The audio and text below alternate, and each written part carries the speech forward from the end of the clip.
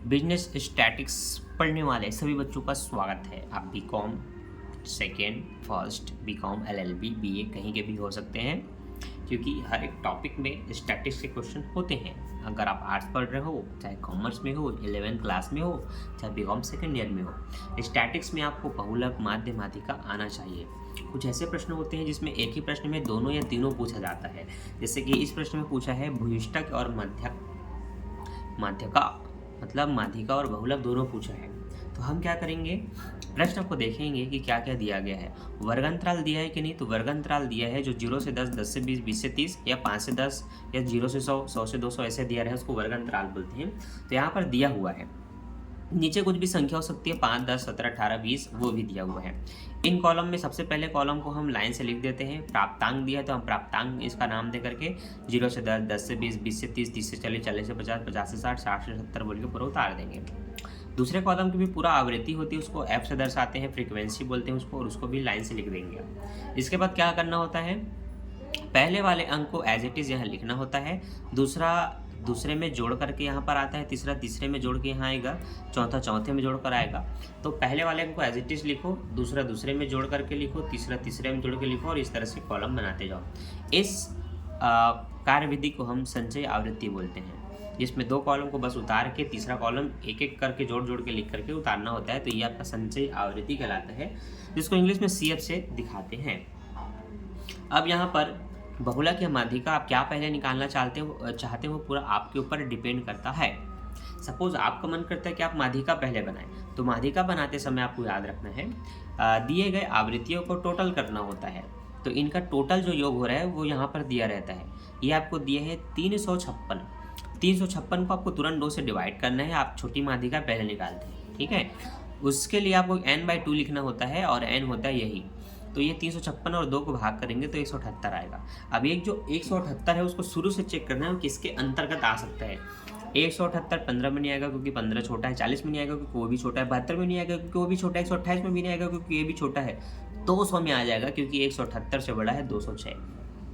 तो हमें पता चला किसके अंतर्गत आएगा, 200 के अंतर्गत आएगा। तो जिसके अंतर्गत आता है उसके ठीक सामने वाले को हम F बोलते हैं। तो F का मान यहाँ पर 78 हो जाएगा। इसके ठीक ऊपर वाले को C बोलते हैं, तो C का मान 128 हो जाएगा।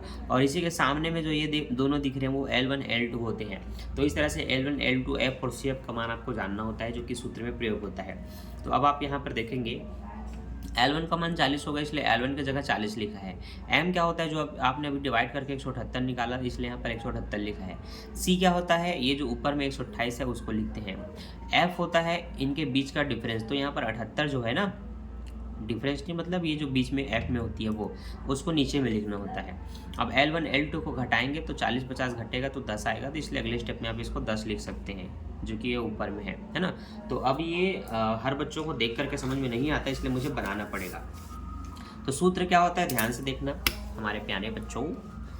सूत्र होता है माध्यिका का n/2 - c divided by f, और यहाँ L1 प्लस होता है ना, और यहाँ पर L2 - L1, ठीक है। ओ भाई ठीक हो जा, ठीक। देखो L1 का मान है 40 और n का मान है 356/2, माइनस C का मान है 128, F का मान है 78, L1 L2 क्या है आपका 50 - 40 है, ठीक है। 40 प्लस ये जब कटेगा तो 178 आएगा, माइनस 128 है डिवाइडेड बाई 78, और ये दोनों कटेगा बच्चों तो 10 आएगा, ये आपको पता है, ठीक है।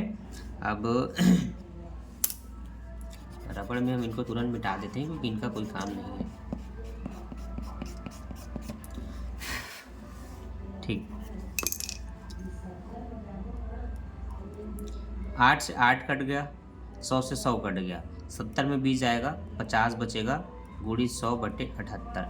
अब आप लोग सब लोग क्या करो, 500 50 और 10 का गुणा करोगे तो 500 आएगा। इस 500 को आप क्या करो, 78 से भाग दे दो, 78 से भाग दो और देखो कितना है। मैं भी अभी भाग देता हूँ, अपने अपने कैलकुलेटर निकालो और उससे भाग दो, जो आएगा उसको 40 में जोड़ना बस होता है, और कुछ नहीं करना है। तो देखो ये हमारे पास कैलकुलेटर हमारा आ गया है, और हम यहाँ पर अभी भाग देने वाले हैं 500 को 78 से। तो हमें मिल गया 6.41। तो बच्चों इस 40 में इस 6.41 को जोड़ेंगे तो ये 40 है ना, तो ये हो जाएगा 46.41 ही हमारा फाइनल आंसर। तो आप देख सकते हैं 46.41 आपको मिला है। ठीक है, समझ में आया। अब आपको बहुलक सीखना होता है। बहुलक का सूत्र थोड़ा कठिन हो जाता है। सूत्र है L1 plus F1 minus F0 बटे 2F1 minus F0 minus F2 into आई। अब इसको भी बना के ही बताना पड़ेगा क्योंकि देखते देखते आपको समझ में नहीं आने वाला। तो सबसे पहले तो मैं आपको सूत्र लिख के बताता हूँ। ठीक है, बहुलक को Z से दर्शाना होता है और सूत्र होता है L1 plus F1 minus F0 divided by 2F1 minus F0 minus F2 into I. ठीक है, अब इसके सारे मान कैसे निकलेंगे वो देखो। तो इस प्रश्न में जब आप बहुलक ज्ञात करेंगे आपको किसी तीसरे कॉलम की आवश्यकता नहीं होती, जो 2 कॉलम दिया गया है उसी से आप बहुलक बनाते हैं। अब आप इनको ध्यान से देखो, इनमें सबसे बड़ा अंक कौन सा दिख रहा है, सबसे बड़ा डिजिट इसमें आपको 80 दिख रहा होगा। तो जो सबसे बड़ा होता है इसी को आप F1 बोलते हैं, जो से छोटा होता है उसको जो उसके नीचे होता है इसको आप F2 बोलते हैं। ठीक, इसके ऊपर वाले को F0 बोलते हैं। तो जो सबसे बड़ा है वो F1, उसके ऊपर वाला F0, उसके नीचे वाला F2 होता है। तो आपको ये 3 चीज़ें तो यही मिल गई।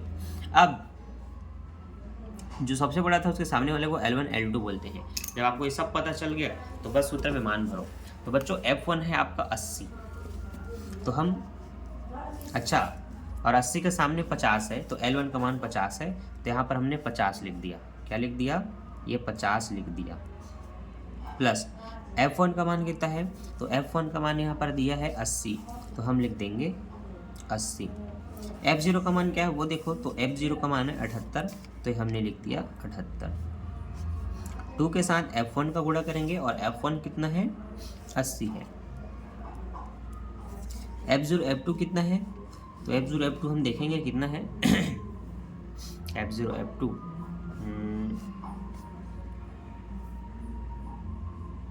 हाँ, F0 78 है, F2 70 है। ठीक, और डिफरेंस आई होता है। तो क्या डिफरेंस होगा, L2 और L1 को घटाने से, तो 50 और 60 को घटाने से 10 आएगा, तो उसको आप यहाँ पर 10 लिखेंगे। तो आई का मान एक्चुअल में होता क्या है, L2 माइनस L1 होता है, आपको पता होना चाहिए। ठीक है, इसलिए यहाँ पर 10 लिख दिया। सारे मान जब रख लिया तो अब एक एक करके जोड़ घटाव कैसे होता है वो देखो। 80 में 78 जाएगा, 2 बचेगा। तो आप यहाँ पर देख सकते हैं, यहाँ पर भी देखो 2 ही बचा है यहाँ पर। ठीक, अब 80 दूनी 160 हो जाएगा, ये दोनों आपस में जोड़ेंगे तो 7 और 14 140 और 8 148 हो जाएगा, इंटू 10 बराबर 50 प्लस 10 दूनी 20 हो जाएगा। 100 में 100 कट गया, 60 में 48, 60 में 40 गया तो 20 बचा, 20 में 8 गया तो 12 बचा। ठीक है, तो कुल मिला के आप देखेंगे तो यहाँ पर 12 बच रहा है। अब हम क्या करेंगे, 4 तिया 12, 4 पंचे 20 लिखेंगे। 5 को 3 से काटेंगे बच्चों को, जिस तरह से 3 एकम 3, 2 बचा, दशमलव लगा के यहाँ 0 छापेंगे तो 3 छक्के 18 भी हम कर सकते हैं। फिर से 2 बचेगा तो अब हम नहीं काटेंगे क्योंकि अब हम गुस्सा हो गए। तो हम कहेंगे 50 प्लस 1.6 आया और यहाँ पर 51.66 आप इसका आंसर कह देंगे। चल छैया छैया छैया छैया, चल छैया छैया छैया। तो 51.66 है। जब कोई संख्या बार बार रिपीट हो तो उधर 6 आने के बजाय इसको 1 बढ़ा के 7 कर लेते हैं, ये रूल होता है। इसलिए इसको 67 लिख दिया गया है। अरे आप 66 भी लिखोगे गलत नहीं है, इसके आँख मूंद के इसके ऊपर भरोसा मत करना। ठीक है, SDM सर जिंदाबाद, जो बताया जाता है उसको सीखने का और आप क्वेश्चन खुद से बनाने का। ठीक है, तो अब आपको मैं कुछ क्वेश्चन बताता हूँ जिसको आपको प्रैक्टिस करनी है और बना बना करके देखना है और जग में अपना और मेरा नाम रोशन करना है। ये है एक क्वेश्चन सिर्फ जिसमें बहुलक पूछा जाता है। तो यहाँ से सिर्फ बहुलक तो आपको पता चल गया कि बहुलक के क्या रूल होते हैं, बिना कॉलम के बन जाता है। ये 5 और 6 क्वेश्चन को बनाना, अब इसको मैं थोड़ा सा मिनिमाइज कर देता हूँ इस तरह से, है ना। तो सभी बच्चे देख लो भैया, जिनके पास बुक नहीं है प्रैक्टिस आप सभी को करना है इन क्वेश्चनों का। अब आपको कुछ क्वेश्चन ऐसे मिलेंगे जिसमें बहुलक माध्यिका दोनों पूछा जाएगा, जो कि कहाँ से स्टार्ट हुआ है मुझे तो पता नहीं है, लेकिन अभी मैं देखता हूँ कहाँ से स्टार्ट हुआ है। यहाँ से स्टार्ट हुआ जिसमें बहुलक माध्यिका दोनों पूछा है। तो ये क्वेश्चन आप पूरा प्रॉपर देख सकते हैं और अच्छे से इसको प्रैक्टिस कर करके इनका आंसर देख सकते हैं आपका आ रहा है कि नहीं। और फिर इतना अगर आपका आंसर आ गया ना, इनमें से 2-3 क्वेश्चन को भी आंसर आ गया, मतलब समझ लो आपने सीख लिया, नहीं सीखा तो कमेंट करना, वीडियो तो और भी डलता रहेगा। तो वीडियो में कुछ भी इंपॉर्टेंट लगा और आपने सीखा तो वीडियो को लाइक कर दिया करो, दोस्तों के साथ शेयर कर दिया करो। मैं मिलता हूँ नेक्स्ट वीडियो में, bye, thanks for watching, bye bye.